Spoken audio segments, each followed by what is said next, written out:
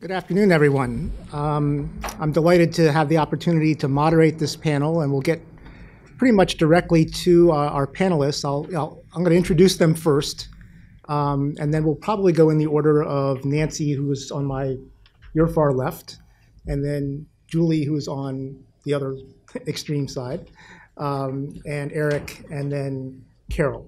So Nancy Green-Saraisky is Adjunct Assistant Professor and Research Associate in the Department of International and Transcultural Studies at TC.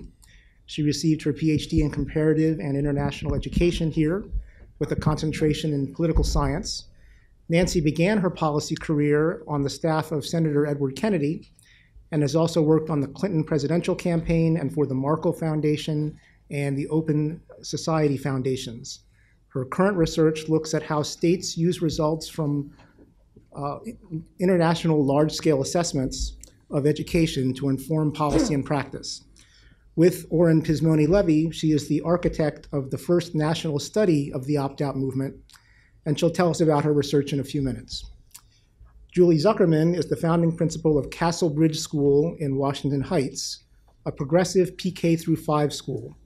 Castle Bridge is distinctive in a number of ways, including its dual language instruction in English and Spanish, mixed age classrooms, and project-based learning approach. Before founding Castle Bridge, Julie taught for 21 years and served as the principal of Central Park East 1 School. She received a master's degree from TC in 1984 and her doctorate in 2000. Parents at Castle Bridge were a little bit ahead of the curve, and they united fairly early to boycott standardized assessments. And Julie will be telling us the story of opting out at Castle Bridge. Eric Shea, on my left here, is one of the founding teachers of Metropolitan Expeditionary Learning School in Queens, where he teaches music to middle school students.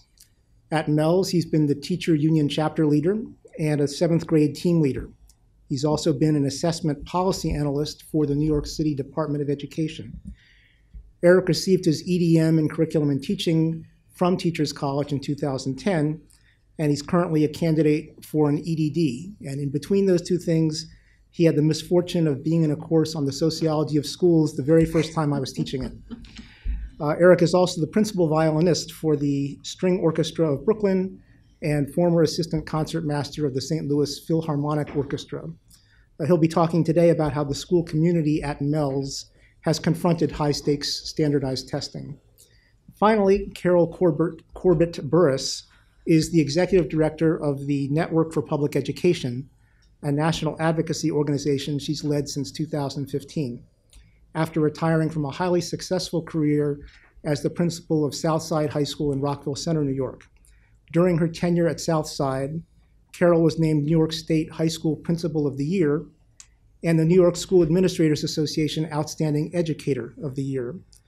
Carol is a fellow of the National Education Policy Center and has written influential books on tracking, detracking, and Common Core learning standards. She received her doctorate in educational administration from TC in 2001. And Carol will be talking about her understandings of opting out from her dual vantage point as the leader of a national advocacy organization and as a longtime observer of Long Island, which has been one of the epicenters of opting out. So we'll start with Nancy, and each of our panelists will talk for roughly 10 minutes, and we'll have plenty of time for comments and questions from the audience after that. Great. Thanks, Professor Pallas, and thank you all for coming this afternoon. It's really nice to see everyone. So I'm going to talk today a little bit about findings from a national survey, as Professor Pallas said, that I fielded with my colleague Oren Pizmony-Levy, who's an assistant professor in the Department of International Transcultural Studies. He's traveling, so he couldn't be here today. But before I do that, I'm going to just give a little bit of background about how we ended up taking this survey to the field. So Oren and I are both interested in social movements, and we had been watching the past several years as the press would seem to increasingly be reporting on this phenomenon of parents who were refusing to have their kids sit for federally mandated standardized testing, what we all now know of as the opt-out movement. And social movements we thought were are pretty interesting inherently, right? They're fairly dramatic and they're not that common. But with opt-out in particular, we thought there were a couple of things that would be very interesting to focus on. So first, social movements that challenge educational institutions are obviously interesting for their potential to impact education. But we were also interested in how this social movement might give us a window into the larger issues in society at the moment. So what are the values that citizens coalesce around? Why do people cooperate? What motivates people to try and disrupt the way things are being done, business as usual? And what grievances are strong enough to compel people to participate? So our feeling was that social challenges to these social institutions really have ramifications that could be interesting. Secondly, as scholars interested in educational policy development, we were interested in the forces that mobilize to create educational policy, and also particularly the techniques that citizens use to organize and mobilize. And so it was this background that brought us to the idea of fielding a survey. So as we were thinking about this, we thought, well, what do we know about the opt-out movement? And the answer actually was not very much. In 2012, some of you might remember that Arne Duncan was famously dismissive of reports about backlash against standardized testing as something to the effect of, this is just white suburban moms who are upset that their kids aren't as brilliant as they thought they were. I paraphrase, but it was something to that effect. And of course, that quote generated a lot of media attention. But actually, the activists' identities and their motivations were really not very well understood.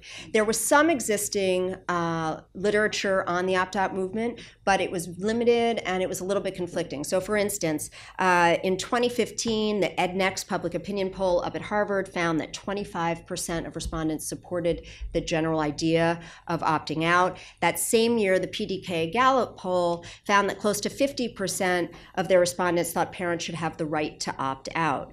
There was another paper by Matthew Chingos that looked specifically at New York State and found that lower performing districts seemed to have slightly higher opt-out rates, but that was based on aggregated data supplied by the state and the districts.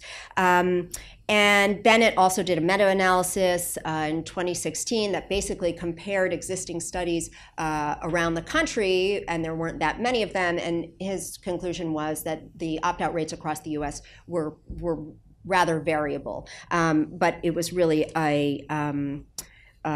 just an overview of existing studies. So there was really pretty limited scholarly work on who was opting out and why, and no one had gone to the protesters themselves to ask them directly. And so that's what Oren and I decided to do. So our survey was focused broadly around 4 questions. Who opts out? How do they become involved in the movement, and what do they do? Why do people participate? And what do these participants think about education policy? And today I'm just going to focus briefly on who opts out and why. So quickly, let me just give a few technical notes about what we did. We administered an online survey using the Qualtrics interface the first quarter of last year, and we gathered a non-probability sample of adults using Facebook pages and social media opt-out networks. So these were groups that had an organized online presence. We sent them a link to the survey explaining who we were, what we were doing, asked them to post this link on their website and also to share with their organizational networks and their personal networks. In total, we had over 2,100 people respond to the survey after we accounted for some non-response in the sample. The analytical sample I'm going to be talking about today is just over 1,600 people, and they come from 47 states in the US. So we had a very good geographic coverage as well. We ran regression analyses on the data, controlling for a bunch of different variables that I've posted up there. I should also just mention a few limitations to the study. First of all, obviously, because we administered it online, we could only reach respondents who were online. People that did not have access to the internet could not answer the survey. There's also a sampling bias towards organizations who had an online presence, because that was the way we sampled the respondents. And of course, the results that I'm going to be sharing are based on self-reported behavior as people answering about their own practices. So that's always subject to some amount of response bias.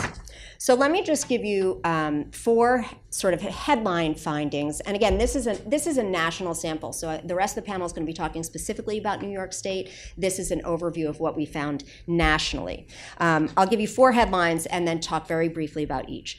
So first of all, we found that the opt-out movement is not a broad-based people's movement. However, the opt-out movement is more than parents of kids just opting their children out of testing, and I'll talk more about that in a minute. Opt-out is also more, it's about more than just opposition to standardized testing. And finally, we found that different groups have different motivations for participation.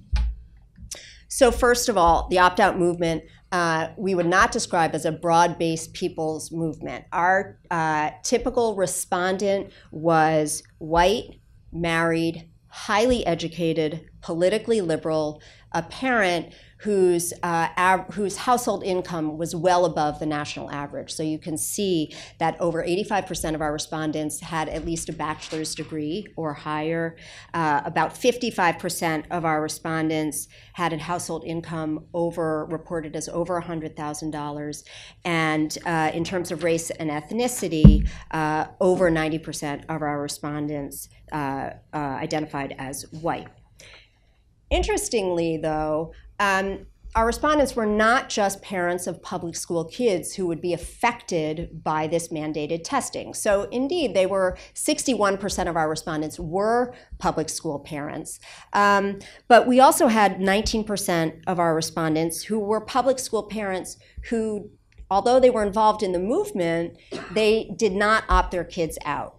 So they're answering the survey, but they're not actually sort of going all the way and refusing the tests.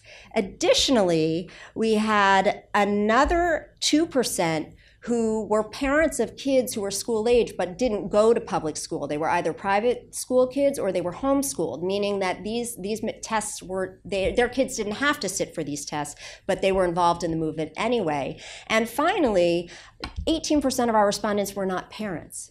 So these were people that were involved in education activism through the opt-out networks, but didn't have school-age children affected by standardized tests. When we asked our respondents why they were opting out, we asked them to pick their top 5 reasons out of a list of 16. And I apologize because it's probably a little bit hard to see this, but I'll just go through the top couple. The number 1 answer was, I oppose using students' performance on standardized tests to evaluate teachers. And this perhaps was not surprising because our sample was comprised actually of over 40% of people, 40% of our respondents said that they were either teachers or had friends who were involved in the education industry or were married to someone in their family or friend circle was somehow involved in education. Also, other top reasons were, I oppose the growing role of corporations in schools, standardized tests force teachers to teach to the test, standardized tests take away too much instructional time, and the 5th most popular reason was I oppose the Common Core state standards. So a variety of different reasons. This might be interesting to some of you involved in opt-out network. We asked our respondents who was mobilizing them for action, how did they get involved? And so what you see here is a network analysis. The organizations that are on this chart are organizations that were coded if the respondent mentioned 2 organizations, and if they were co-mentioned, they're linked by a line.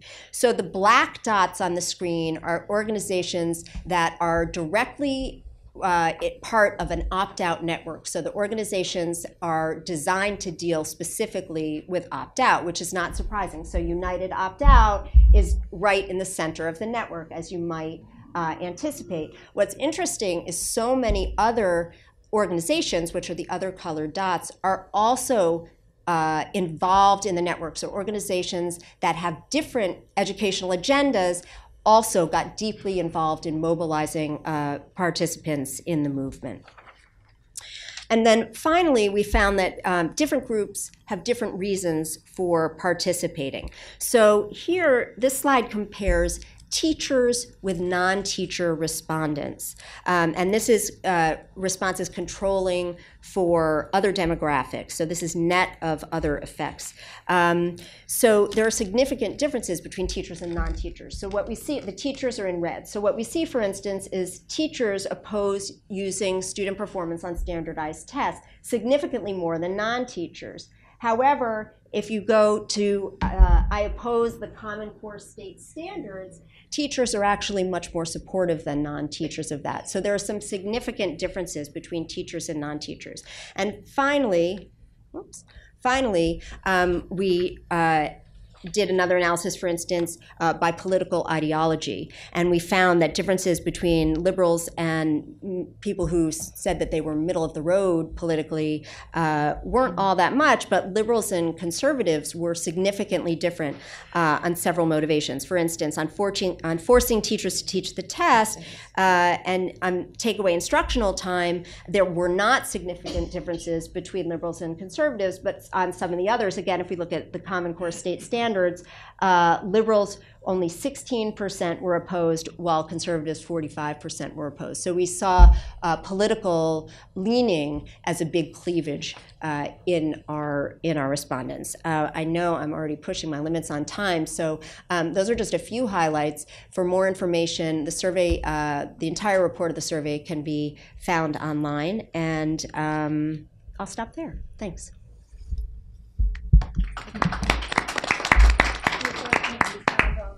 Yes. Yes, it's on the TC website, I believe. On the DC? Yes. So now we'll turn to Julie Zuckerman.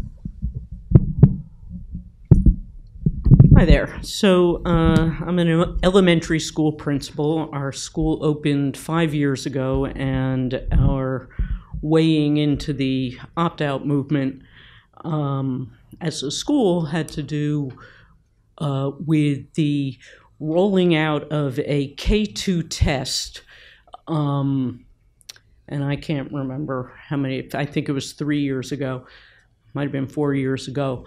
I had been part of a network of principals that was opposed to testing, and the thing we always said was, K2 testing is a bridge too far, forget it, it's not happening, we're not going there.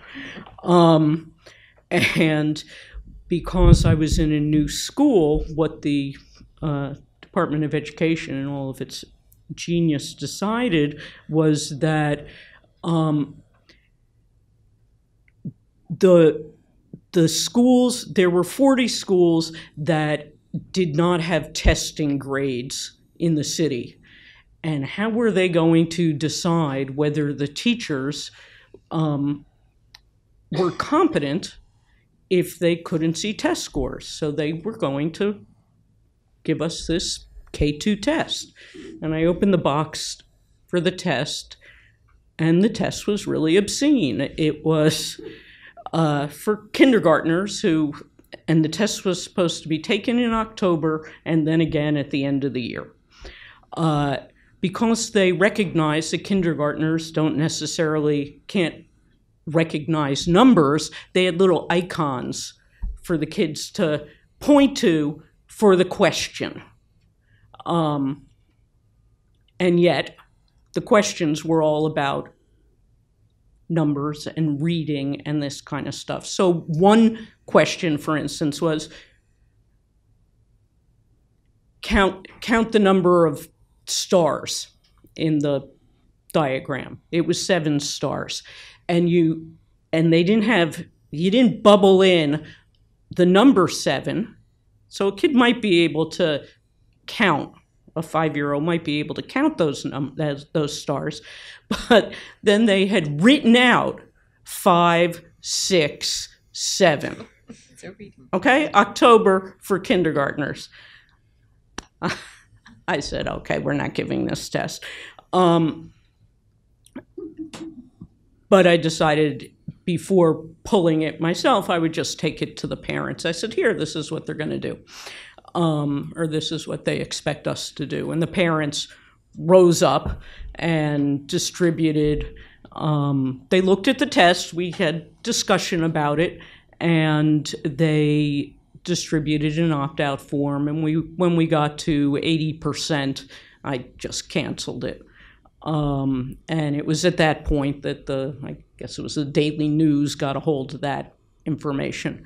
One of the things that I found was that nobody in the Department of Education, I don't know how many of you are from New York, but nobody in Tweed could tell me there was any justification behind or validity for this test. So they were all like, okay, you know, they were sort of like, we know Julie's not going to do this. That wasn't a surprise. And then they had to run it up to the state, and they wound up pulling the test from the state. What was horrifying to me was that my colleagues in the other 40 early childhood schools didn't rise up against it. It's like, oh, well, we'll just do it. It's easier, whatever. It doesn't mean anything. So that was that test. Then we got to a testing age where the kids got up to third grade. So our first year, we had 100% opt-out. That was all of 24 kids. Last year, 3 kids out of 70 kids took the test. That still seemed pretty good. This year, we're big failures. Only 25% of the kids took the test, but it was still a big number for us. I think that part of what was going on this year was that parents didn't engage in the same way, and I'm not officially, we have to let the parents do the speaking for us on that. And there's, in New York City, getting into middle school is a big deal. And that's why in suburban districts where you just go to the next school, it's a lot easier to opt out. But in a school like ours, which was new, we had no idea, despite my own, braggadocio and arrogance, saying, oh, don't worry, we'll be able to get the kids into school. There's still reasonably a fair amount of nervousness about where the kids are going to go to middle school. So there were more people who took the test. I think now that we will begin to have a track record, we'll be able to talk that down. The big thing for the parents that they understand is that they have much more information about their kids from the regular running of the school. The kids have, the teachers write 3 or 4 page narrative evaluations on the kids. There's no information that the parents can get from the test that is really of any value. And the parents are very clear about that. The other thing that I just want to mention that is not yet really in the movement is the heavy testing that's done for students who don't speak English. And there's not I don't know what to do about that. I haven't connected yet with other principals and other educators around that. The issue for us is not, how do we get the kids into school? It's all about federal funding. And the kids taking that test has to do with what funding we get into the schools. So it's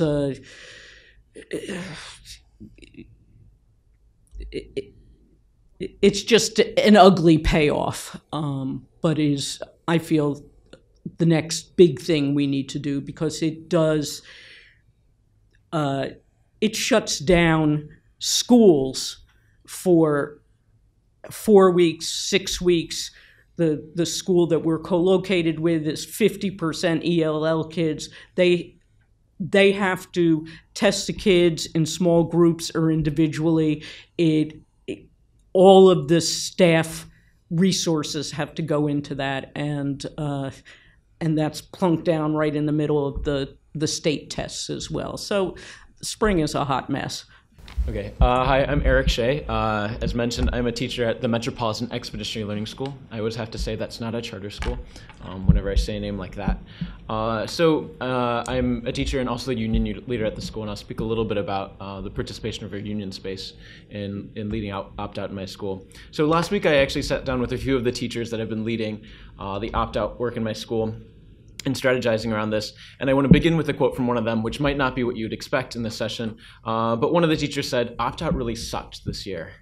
And so today, I actually want to give you 3 reasons why opt-out sucked at the Metropolitan Expeditionary Learning School this year, and compare it in some ways to last year where it felt a lot more energetic in our school. And in thinking about the difference between these 2 years, there's a point I want to emphasize, which is that the way opt-out feels at the school matter actually ends up the way opt-out feels at the school level actually ends up mattering a lot.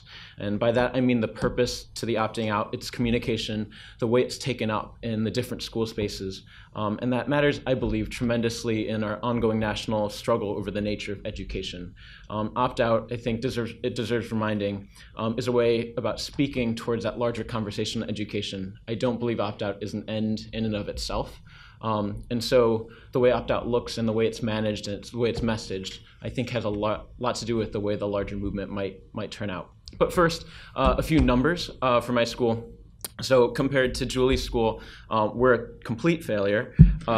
This year, only 65 of our 350 middle school students, it's a K through 12 school, but 65 out of those 350 students, which is about 19% of our students, opted out. Last year, that's compared to about 100 students, which was about 30% of our students. So on to the reasons for why it sucked this year. Reason number 1 is I'd say that this year, opt-out didn't feel like something the whole school community was a part of. And that deserves a little bit of explanation because opt-out we're used to thinking of as a parent movement. But that ignores the way I think that at best, parents, teachers, students, administrators are always in conversation, are always in dialogue about what they think is best for kids. So Julie clearly had a role to play in the way things played out at Castlebridge. And in the same way, speaking as a teacher, opt-out has a huge impact on what kind of school we are. And so the state and the city might have this fantasy that teachers and administrators are largely playing this passive role where we collect letters and then we say, okay, you can opt out. But the best schools always try to negotiate and shape policies in a way that feels coherent and purposeful to the entire community. So my school is one of those schools. We spend a lot of time as a teaching staff trying to make sense of how we negotiate a testing environment that in a lot of ways doesn't sit well with our progressive commitments. We're an interdisciplinary project-based school, and we don't have textbooks and we refuse to teach towards tests. So when we're talking about opt-out, where my school stands in that matters a great deal to us. So speaking towards last year's opt-out, we spent a lot of time in our union meetings kind of discussing and trying to come to consensus as a staff about where we stood in relation to the movement. We read Change the Stakes, which is a book that's come out about reasons to opt out. We talked about individually, we shared our individual positions on it, and we finally came to a consensus, and we drafted kind of a list of agreements that would define how we as a staff messaged out to opt out and spoke about it with our parent community and with our students. And importantly, our administrators actually also supported that consensus document that our teachers came up with. So last year, there was a clear sense of purpose, a clear sense of community and solidarity. I would even say last year there's a great deal of excitement in my school around opt-out. Our English department bought these t-shirts that said change the stakes on it, or sorry, it's more than a score on it. They wore those proudly. Everyone knew what was going on. Our parents knew what was going on. Teachers volunteered to write and to teach alternative lessons to students who opted out to ensure that those who opted out would have a positive learning experience. So I think it's telling that when the moratorium happened, and for those of you who are unfamiliar, this was December 2015, but it really got messaged out to the New York City schools at the end of January 2016. New York State let out a moratorium on the use of the new Common Core tests for student promotion as well as for teacher evaluation. So right before the state test last year, in some ways they cut the legs under a lot of the organizing by saying they're no longer going to be high stakes, so you don't need to opt out. And I think it is telling for the messaging and for the purposes of our school that some parents actually at that point opted their students back into the tests. And I think that matters to me because it means that they thought carefully about why they're opting their students out. And once those reasons were given, if that was the reason a parent opted out because of things like teacher evaluation or student promotion, they said, no, my child's going to take the test now. So this year, going to 2 weeks ago when we administered the English test, I think two things happened. First, the moratorium that happened last year forced some revisiting for our staff. We asked those questions: what's the message this year? Why are we doing this? Are we just against testing? As a staff, we didn't want to just communicate a glib like anti-testing stance that felt a little bit destructive and unthoughtful to us as educators. So in the early meeting of teachers this year in our union space, the cause just felt less pressing. And the second reason I think it felt less pressing this year is, to be honest, there are a lot of other pressing things that were going on this year. So as one teacher put it, quote, I have other things to think about. I need to make sure our transgender students have bathrooms and feel safe. I need to protect my immigrant students. My school is in Queens. Our union space has been consumed with just massive organizing since last November and September, and phone banking and on a variety of national issues. So we sent our parents a pretty non-committal letter reminding them they had the opportunity to opt out. Our PTA, unlike last year, wasn't really involved in networking and communicating among parents and organizing. And parents that were active last year just really weren't active this year. And I think that speaks a bit to the signals that some parents will read from schools. It didn't seem like our school was really gearing up for this. So some parents that last year really organized this kind of took a step back. And chances are they also had other things on their mind as well this year. So the teachers that last year, to close the loop on that were really excited to run the alternative spaces for students that were opting out. One of those teachers said, quote, none of us were very jazzed about doing it again this year. They didn't feel like they were representing a whole community in this, that was something that they're doing this year. So reason for opt-out sucking this year, number two, has to do with the experience of students. Last year, as I mentioned, the energy around opt-out was really palpable. And I remember very clearly this group of 8th grade girls that were really passionate about the fact they were opting out. And they were telling other students about how they're opting out because tests judged them in a way that really shouldn't matter to students. And they requested that they be allowed to show a video in our community meetings, which is when the whole grade gets together in our school to kind of talk through issues and things that are surfacing in the grade. And they asked us to show this video that involved a spoken word artist talking about how you're more than the test and how tests don't measure who you are and the narrowness of the tests. So there's something of a student movement going around last year that created a lot of energy in the school. This year we lost that, and there just wasn't really a passionate public group of students that were speaking about it. And in the end, to be honest, it didn't really feel like a lot of the students that opted out for a principled reason. It seemed like many of the students who opted out simply didn't want to take the tests, and which is not to diminish that rationale because the test is a wretched experience for a lot of students. But it's a different feeling for us in a school when a lot of the students are just like, oh, I didn't want to take the test, so my parents signed that letter. And that really hit home for me when one of our 7th graders, in kind of a interesting parallel situation, asked if he could give an inspirational speech to the 7th grade community meeting the week of the test. And he sent me a copy of the speech ahead of time because I'm in charge of that 7th grade community meeting. And here's an excerpt from that speech, which is a little painful. Quote, for those who opted out of the state test, although I don't get along with you the majority of the time, I also wanted to say, it's okay. I know why you or your parents or family may have opted you out of the state test. You probably weren't ready for this. You probably weren't ready. So none of us in the school, no student would have said that, I think, last year. But the discourse had dramatically changed from the course of one year to another. And between the years, something got lost. It just didn't feel educative as a movement to students. And for me as a teacher, that creates a very odd space when the participation and opt-out doesn't feel like something that we can learn and that we can grow from. And so my third point, my last point is about the capacity of schools to opt out well, as I think about what's changed between last year and this year. The first thing for me that has to do with an organized parent community, talking to colleagues at other schools that have opted out tremendous numbers of students, it seems like that a large number of parents have organized the opt-out more so, and I think our school, the impetus began with the school teachers and with our administrators. So I think, and I was talking to Julie earlier, I personally think that it's harder to organize a parent community in the secondary level more than an elementary school level. But regardless, I think for us, the fact that our opt-out fell so quickly in the second year has a lot to do with the fact that parents read signs from the school and we didn't have that kind of close connection or a sense of empowering our activist parents that second year. I've also commiserated with a number of other union chapter leaders about policy activism in schools. And one thing we frequently talk about is how piecemeal organizing can feel in schools. When teachers at my school get really revved up about something, we're very good about naming actions and getting together to do them. But that often feels very driven by crises, and it's never sustained as I'd like. People often blame that on the fact that teachers have such immense workloads, and that's certainly true. I also think it has to do with the fact that teachers are always positioned as receivers of policies. We're called policy implementers, never policy makers, by researchers. So I once had a colleague tell me when I suggested that teachers are policymakers too, that he was like, no, teachers aren't policymakers, teachers are people. Policymakers are not people. People are the people that get acted on by policy. And I think that's actually a very scary thought when a teacher's articulating that.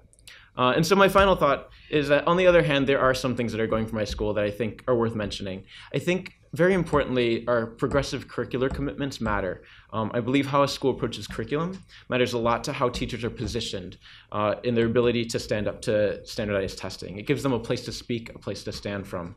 My school also benefits from a union space that spends a lot of time working on organizing and doing policy education, which I think a lot of schools have a hard time with using a teacher organizing space like that. And finally, we benefit from a supportive administration that's always been willing to kind of buffer a lot of our teacher activism from some of the harder consequences that might come down to us.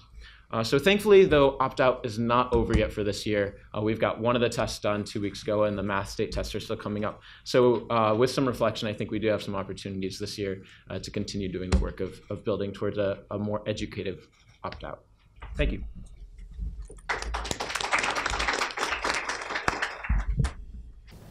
There's always a lot of focus on New York State when we talk about opt-out. And opt-out didn't start in New York State. In fact, the roots of it were probably further out west in Colorado. However, New York State is unique in that the numbers and proportions of students opting out is really so extraordinary. So we're on our third year at about 20%. It's probably going to be a little bit lower this year, but not that low. So the question then is why? Why New York? Why, of all of the places in the United States, did opt-out stick in New York? And so I thought that what I would do with you today is to just give you sort of a peek into the history of the opt-out movement in New York State that I think will give you some insight. Now, I'm looking at some of you with little smiles on your face because you probably remember this video.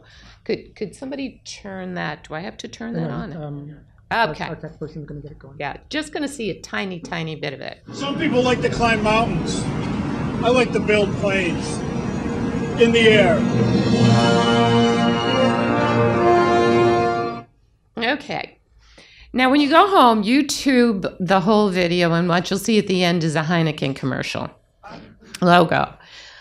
Now, what does that have to do with opt-out? Well, when I first blogged about that video in the Washington Post as a good description of New York State school reform, a lot of my friends thought that I was incredibly clever. I assure you I'm not that clever. But the New York State Education Department was. The video of the plane being built in the air was shown at the training for Race to the Top when they used to have those little turnkey trainers, if you remember from a couple of years back. Apparently, the New York State Education Department thought it was very funny. This is how they were describing their reforms, as a plane being built in the air. And so what happened was when the training came back to the field with the trainers, the people that were trained up in SED started using that video to train. And I was one of the principals that were in the room in Nassau BOCES, and I saw it. And while State Education Department may have thought it was funny. I did not. And neither did a lot of principals and teachers on Long Island. And I assure you that parents didn't think that it was too amusing as well. What happened is it almost became symbolic, this particular video, about what was happening at the time in New York State, referring to New York State's Common Core reforms, especially testing. The video made it clear that everything that they were doing, from the teacher evaluation system to the new test, was really being built on the fly. So, although most states at the time had not begun Common Core testing, in New York, if you were around then, we were being told that this was an emergency, right? The phrases that were being used at the time was that we had to jump into the deep end of the pool. Now, of course, it's kids on the diving board, but this is an actual quote that was in the paper from then Chancellor Merrill Tisch. And Dennis Wolcott, who was the chancellor in New York City, said we just needed to rip off the Band-Aids. And we were obligated to rip off the Band-Aids. So we didn't have time to do anything right. We just had to get it done in the fierce urgency of now. And before that first test, that first Common Core test was taken out of the bubble wrap, before that first number 2 pencil was sharpened, then Commissioner King told us what the failure rate was going to be. He said, he predicted that only 30% of all New York State youngsters were going to pass the test. So the question is, well, because it actually turned out that way, how did he know that? Well, he knew it because he's the guy who sets the cut score. And he wanted to show whether or not, with the test results, whether 8 or 9-year-olds are on the path to college readiness. So they had to kind of figure out, well, what does college readiness mean? Now, the College Board says that if students get a combined score of 1550 on the SATs, that is a prediction that they're actually ready for college, along with other factors that are far more important than the SATs, like what courses they took and how well they actually did in those courses. But that data was not good enough for the State Education Department, and so the Board of Regents did its own study. And you can see the results of that study up there. And what the study said was that in order to have a good chance of getting a B- in college math, just a B- introductory college math, that a score of about 710 was needed. Now that's a score that about 5% of all test takers on the SAT get. Now, a reasonable person, like, Holy Doogie Howser, right, would sit back and say there's something probably wrong with this study if they believe that's the score you need to get a B- on the test. But rather than relook at their study and maybe question it, what they did was they just hopped over to the other column and they took the score of the 540. That was the C. They put it together with the scores on the left-hand side. They came up with a score of 1630, which is higher than the average score of kids whose parents have a college degree. And they said, that's what's needed for college readiness. So what we're going to do is we're going to do some correlations with the test, and that's how we're going to set the cut score. Well, about 32% of the kids nationwide get that combined score on the SAT. So it's not a surprise that 30% of the kids pass those first 3-day tests. And then there were the tests themselves. Testing went up, and it went up a lot in terms of time and hours when we moved to the new tests.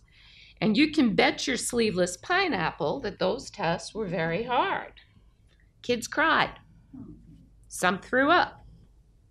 Some wet their pants. I mean, these were real stories.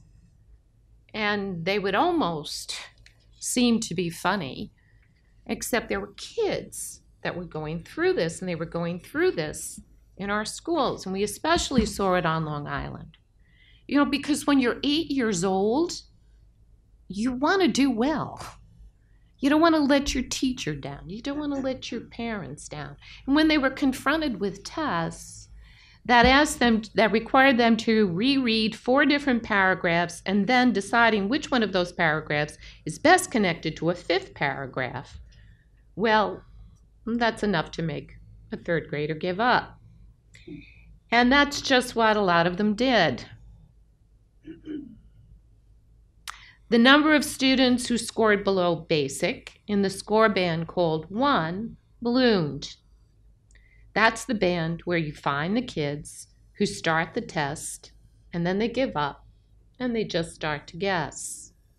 They were the ones that sunk in the deep end of the pool, which brings us to opt-out.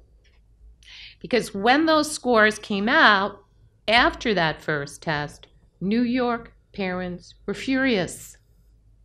But they were not furious with their schools, which is kind of what everybody, I think, intended them to be, right? Be very disappointed in your schools. Sort of that Arnie Duncan remark of your schools really aren't doing a good job. Parents were not angry with their schools. They were angry with the people in Albany. They were angry with the tests. They had enough. They didn't want their children sitting for tests longer than the SAT.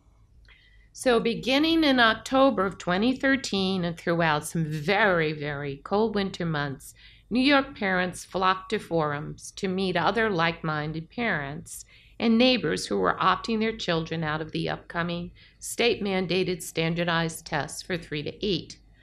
Opting out became their means to express their displeasure with the tests, with the Common Core, with evaluating teachers by test scores, with the whole idea of having high stakes on the tests and having to teach to the test. They were also starting to rebel against that loss of local control, where all of these things were happening to their schools, where especially in the suburban communities where the opt-out movement was really hooked, they were used to that idea of local control and having voice in schools through their school board. And so a lot of parents started to really get that message about the plane being built in the air. And they noticed, if you watch that video, that the only folks parachuting off the plane were the people who were building it. And they didn't like the idea of their kids being left inside. And so the second year of Common Core testing, around 60,000 students opted out of the test. But it did not end with 60,000. In 2013, that was the first year of the Common Core test, 5,000 kids, may have very well been kids that were just absent that day because they weren't, or through the testing period, they really weren't logging the number of opt-outs then. Then it grew to 60,000.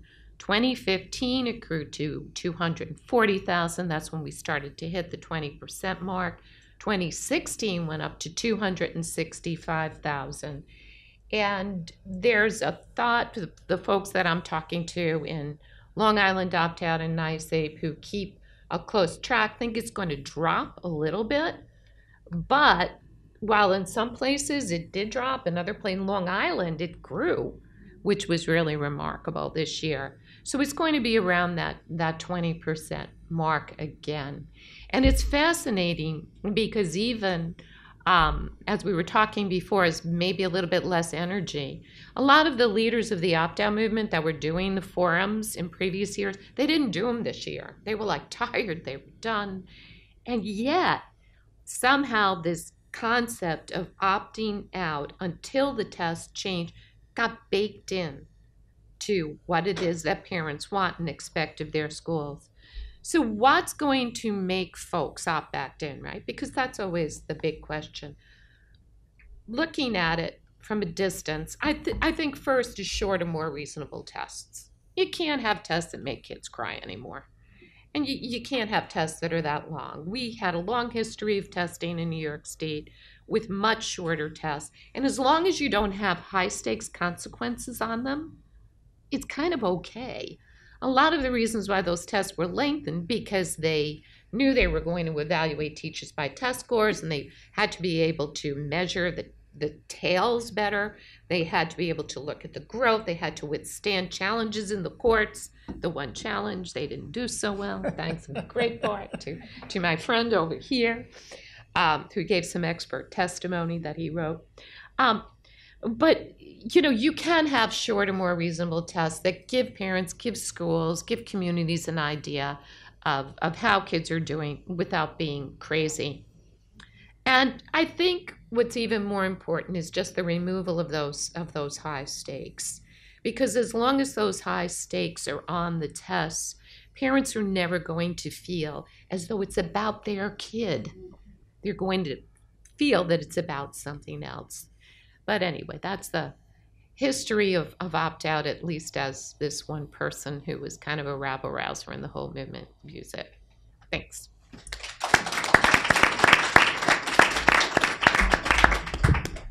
So I have two questions that I want to pose to the panel before turning us loose to our audience's questions. And they both have to do with trends over time, and perhaps they're related. We saw some evidence of changes over time in Eric's and Julie's account.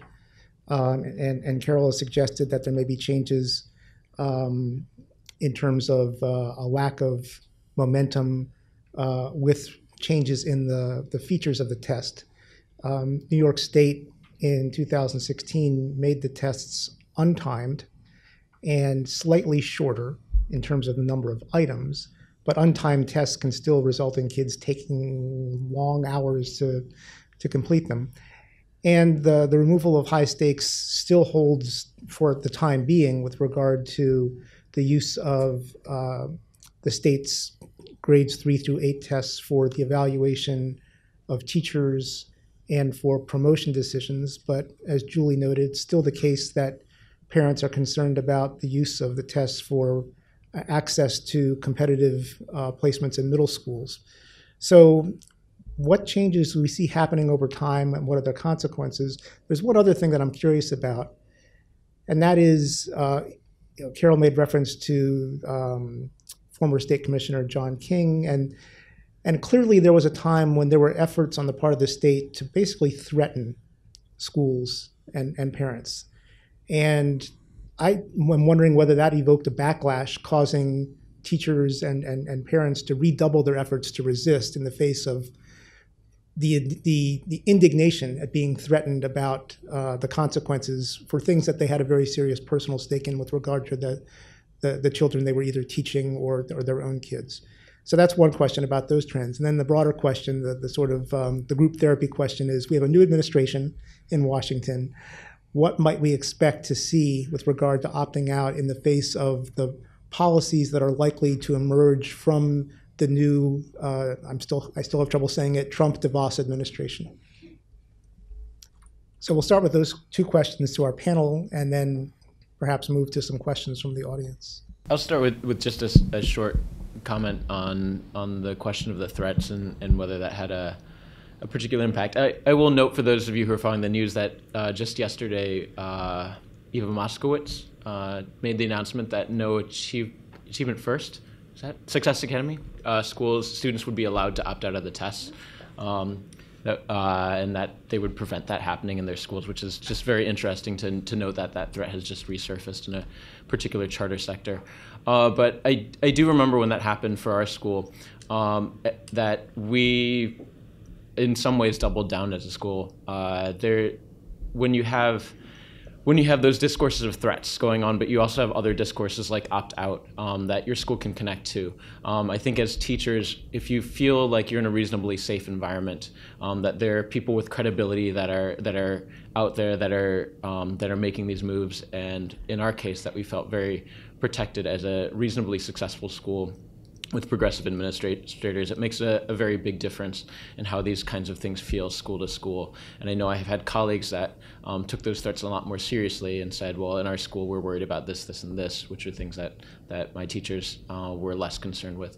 So just note that, once again, that context seems to play out very differently. And I think right now, for those teachers that are teaching in Success Academy, that threat is probably going to have it's going to be interesting to watch how that plays out among both staff as well as parents and students. But keeping in mind that New York City opting out has, percentage-wise, been quite low. I mean, we typically see 2 to 3% of students in the city not taking the state tests in the traditional public sector. So it is remarkable how it's sort of geographically dispersed across New York State. Yeah, I just, there, in terms of the threats, the threats stopped from the chancellor. So even through last spring, colleagues of mine were being, pointed to at public meetings and encouraged to discourage the parents from opting out. And people were concerned about, what that meant for the safety of their schools and their jobs. And in terms of doubling down, it did mean that those of us who are tenured, who feel like we have stronger schools, it is then our obligation to stand up for other folks who are not in such strong positions. In terms of what this current administration will develop in terms of policy, they don't even seem to be able to spell the word policy, and I don't know, they haven't been able to put anything together, so we'll deal with that when it comes.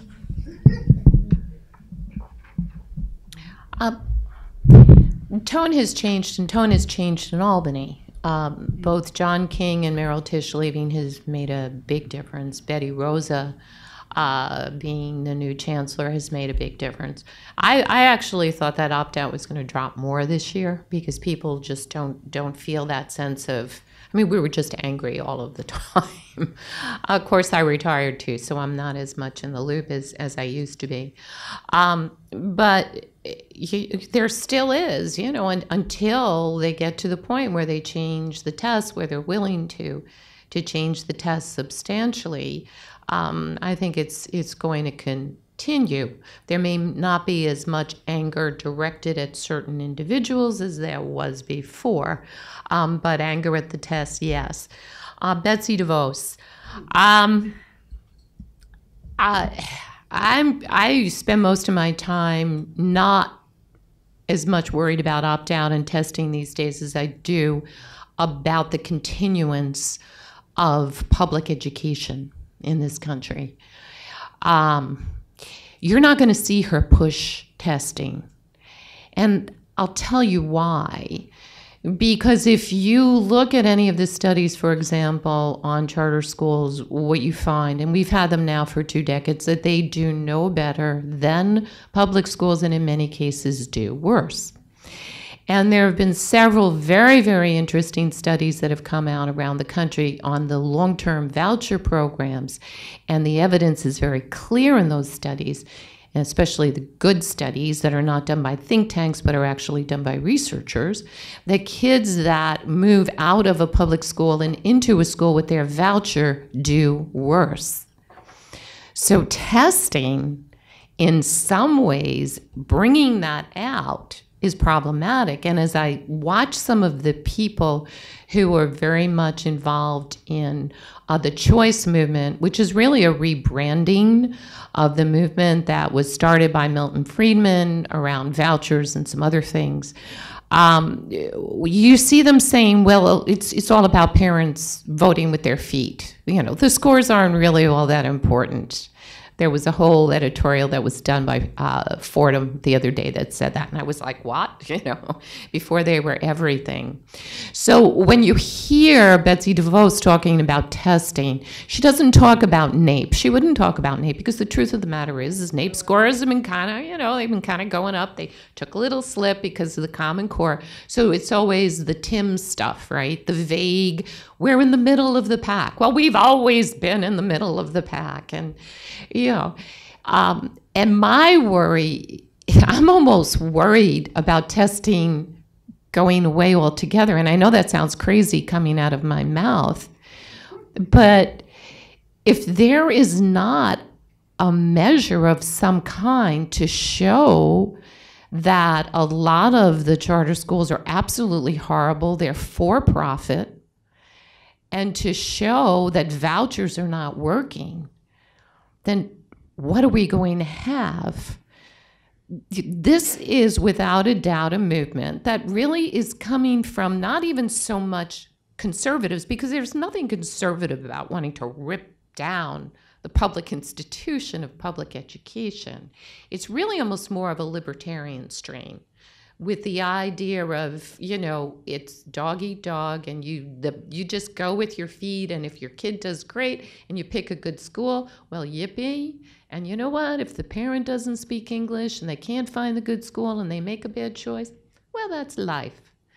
I went yesterday to investors in the charter school sector, and I kind of sat in the back, and they were all the money people. And I raised my hand at the end and, you know, asked a couple of questions.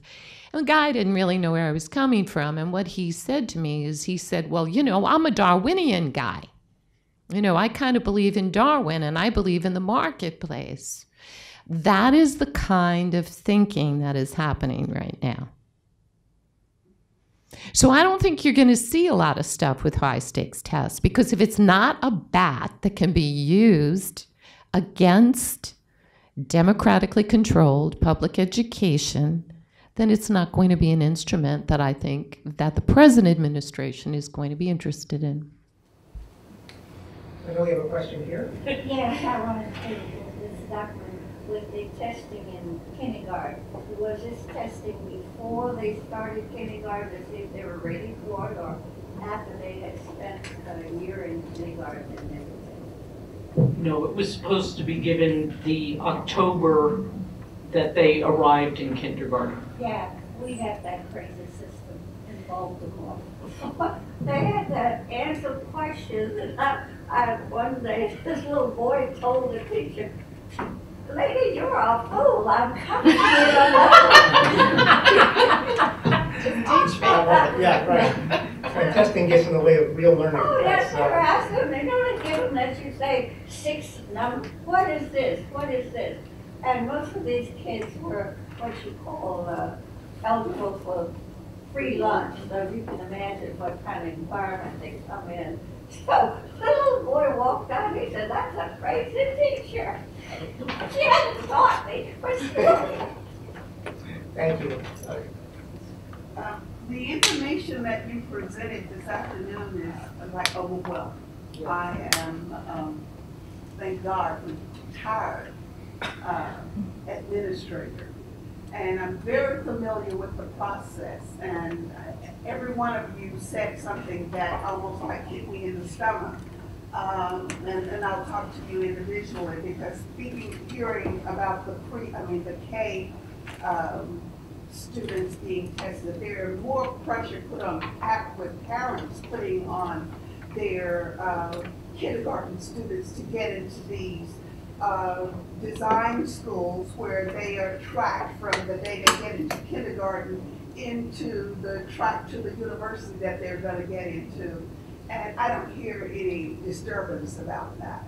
But back to the first panelist, Nancy, I really appreciate you pointing out that 82% of the survey reported that they didn't want their students to be evaluated with the standardized The teacher evaluation. They didn't want standardized tests to be used for teacher evaluation. They didn't want that to be a criteria. But my question is that, and I'm happy to see that in New York City that there are less parents opting out, because the majority of the students in New York City public schools are people of color, and the 85% of those teachers in there standing in front of them who send their kids to college off of the backs of the ones that they teach every day. Those people, those teachers need to have some type of a criteria to see why they can get all the way to a pension and retirement, and then these kids that they're standing in front of every day, they can't get to the next grade. And those people look like me, and those teachers who are teaching look like you. So in many regards, something has to be done, something has to be said for those white teachers standing up in front of those students of color and not providing them with the wherewithal to get to where they need to be. And yet these teachers can go straight through the system to retirement. None of them came through me. And I know that teachers will work if you are a leader and you tell them, as I did. How many of you are parents? How many of you have students in college? How many of you have students out of college? Unless you are prepared to do the same thing for the children in this classroom that you do for the ones at home, then you need to decide, do I need to send you a letter to go to some other place? And my students, my students excel and my teachers perform. It's a leadership problem. Well, I think you're right that the most important features of teacher professional development are not going to come from test scores. They're going to come from school-based leadership and the capacity to organize teachers in ways that can make them more effective. And research that I'm doing right now, looking at how teachers in New York City are experiencing the teacher evaluation system, is making it very clear that teachers are very, very skeptical of those components of their evaluation system that are based on standardized tests. If you don't trust the test, there's no reason to think it's going to have any way to inform what represents better practice. Yeah, so I'm going to play the devil's advocate a little bit, just because I work with students in high school where they sort of have to take the Regents, right? You can't opt out or you can't graduate. So I was wondering if there's any sort of data that looks at how opting out in middle school might affect students' performance on Regents in high school. I mean, I'd love to talk about that from just my own experiences as a high school principal for 15 years. I never encouraged kids to opt out of a Regents exam, and it wasn't even the matter that they do need to pass the 5 in order to be able to graduate. I think they're pretty good exams. I mean, they're the new ones with the Common Core, not so much, the English and the math. But for many years, the Regents exams that I took as when I was in high school, so you know we're going back for a very long time, all the way through to the ones that our daughters took, to the ones now. They're teacher-created exams, and they're based on a curriculum, and they're not extraordinarily long for the kids of that age group, right? So I was very curious as a principal, because Rockville Center, where I was a huge area of opt-out. We, big numbers from the beginning. And I know that one of our assistant superintendents was very concerned, because they said, we're worried, Carol, that what's going to wind up happening is the kids opt out in the middle school, then they're going to come to you and they're going to say, well, I don't want to take that Regents exam, or I don't want to take this, or a teacher test. Did not happen. Not only did it not happen, there was no change in scores. None at all. So the relationship between middle school, and I looked at it really carefully over the course of probably a good 3 years. There just was no relationship at all. No negative effects. Can I just make a comment about that? So in the survey that we did, respondents had kids from pre-K or younger. They were just parents of toddlers up through grade 12. So we didn't address what you're asking specifically, but we did have several spots in the survey for open-ended questions. So if you remember, I mentioned there were about 20% of respondents that were parents of school-age public school children who were participants in the movement, but sort of didn't opt out.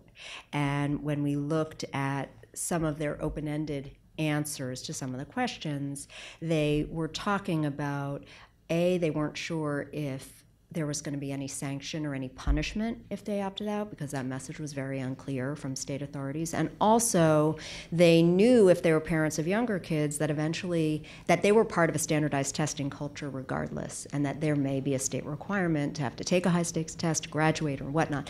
And so some of those parents were commenting on something to the effect of, I don't like it, it's sort of a bitter pill to swallow, but I feel like my kid is in this system, it's part of the system, and they need to be able to take these kinds of tests. So I oppose it, but my kids are going to sit for the test anyway.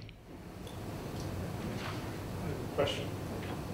I'm just wondering how you square away the kind of the mantra of teachers make a difference when the 83% of the parents or people say we don't want that to be tested to be part of the assessment of the teacher, and you keep and the constant comment is the teachers make a difference.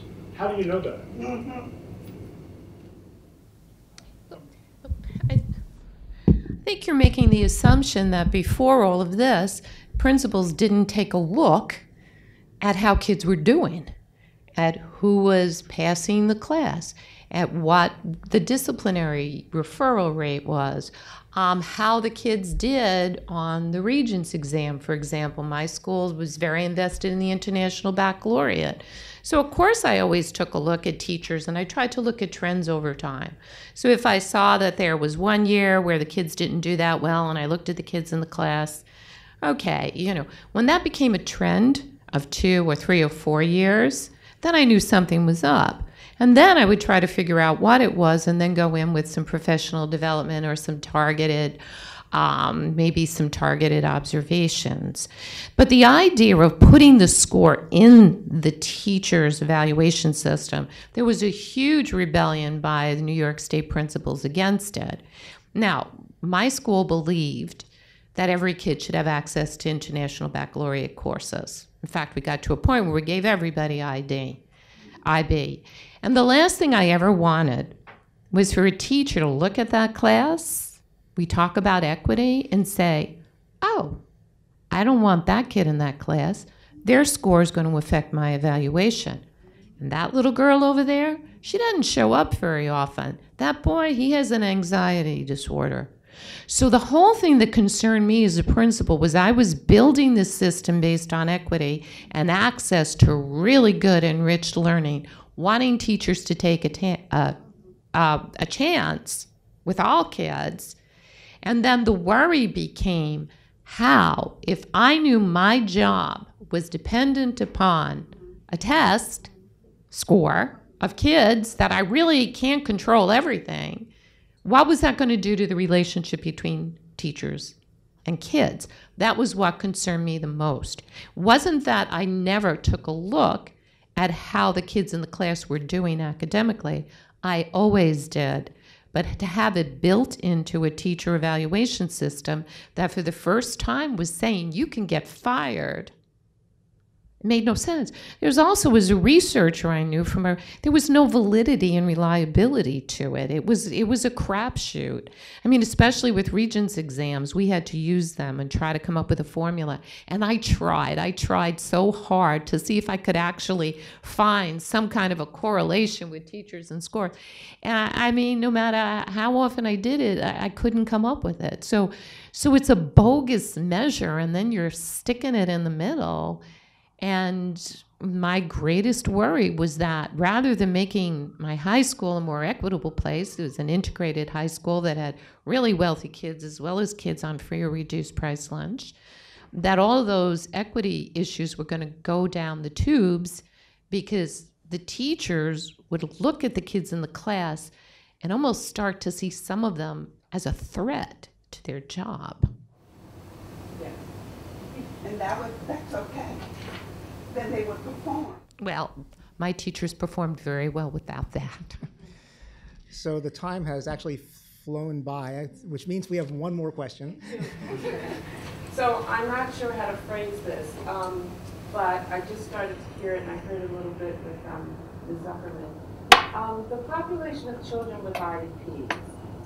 So what happens for them in regards to this? Because if we know what's happening on the impartial hearing process that my children are recipients of, I had to opt them out of public school, and one child was forced back in, but the other one was able to leave public school and receive a full non-public private education, a graduate of Adelphi University. Okay, I'm working very well at the moment. The experience was different with testing. When you are in the public school IEP setup, that is what they call non-public school. Okay. The student may have to take one Regents exam. That's it. They're not doing any of this. They're taking usually an English Regent. So City as School would be another example of that as an alternative school, which is where my one son that had to maintain public school education after a while graduated.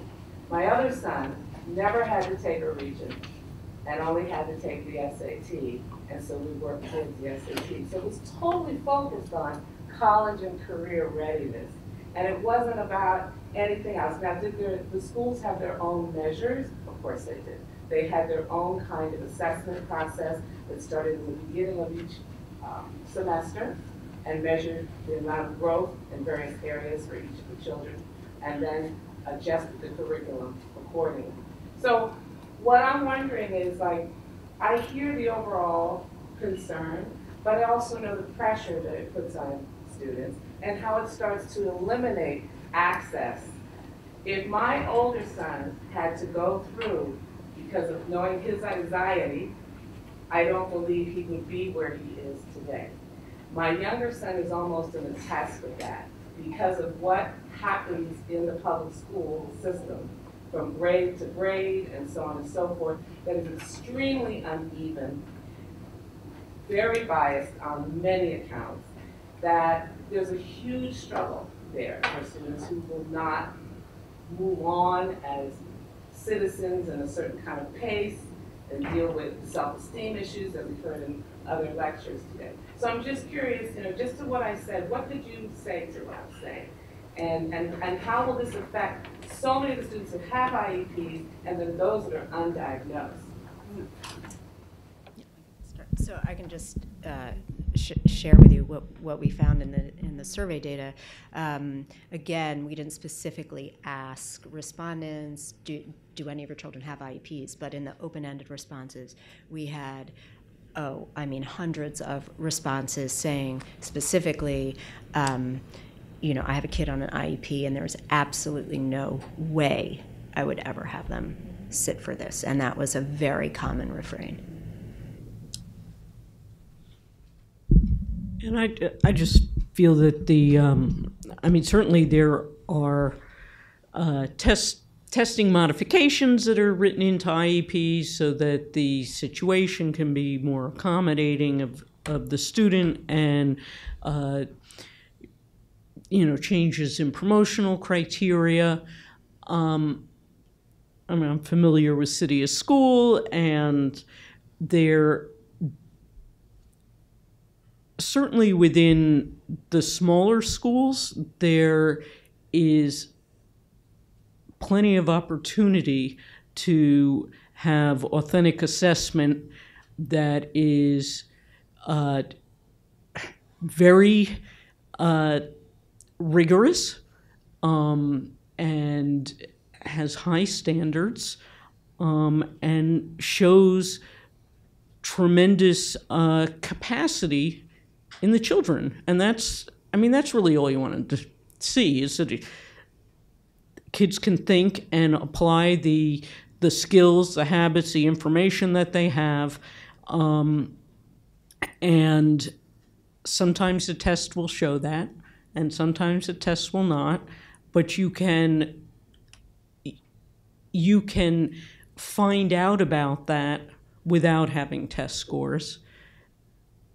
And if that works for a school, if that works for a family, so be it. We have plenty of kids and families who will throw a lot of effort into alternative kinds of assessment, and then the kids are happy to go off to schools that are heavy testing schools, and they do it later. It's okay.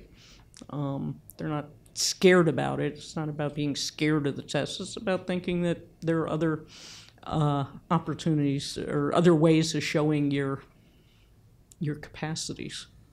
Please join me in thanking the panel for their expertise and